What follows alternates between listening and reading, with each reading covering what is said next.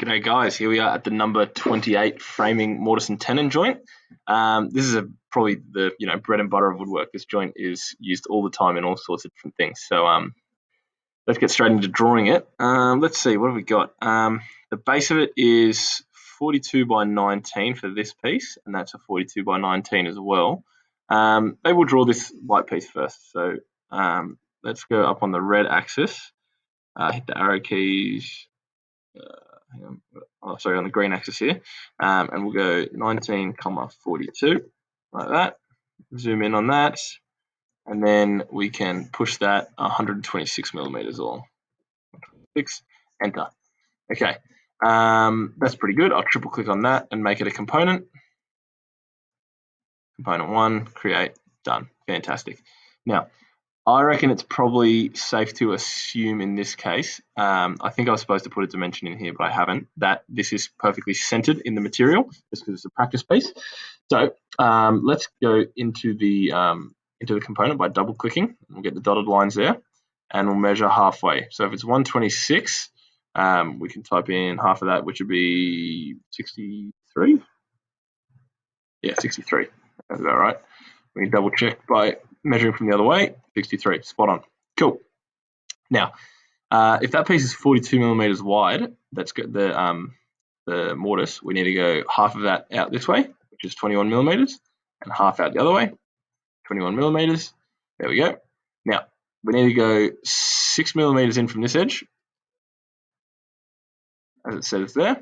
And then for this back one, I reckon we'll draw it straight across 19 millimeters, and then come back from that edge 6 millimeters, because see, it says it's 6 millimeters away from the edge there. It doesn't actually tell us how wide the tenon is. So I can grab the rectangle tool now and go from this point to that point, and there is where the mortise hole will go. So I can click on that once, drag it through to the bottom, and click there, and it should have gone right through. Perfect, look at that.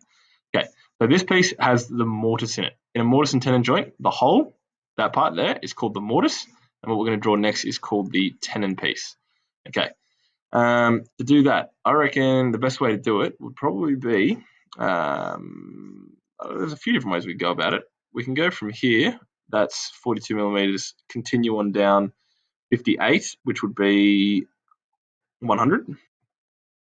And then we can go straight across on the green axis, 42, straight up to that point, and there. That gives us a solid piece. Push this one across, and that's the piece in there. We'll need to make that a component, so triple click it, make component, and that's our tenon piece ready.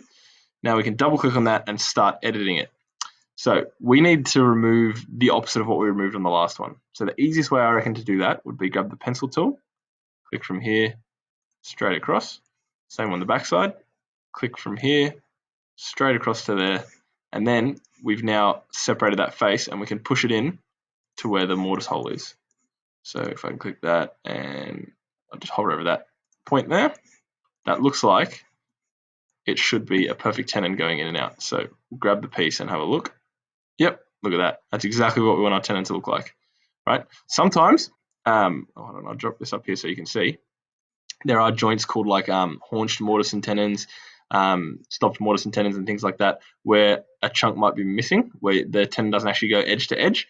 That's just a different type of mortise and tenon joint, but for this one, it does go edge to edge.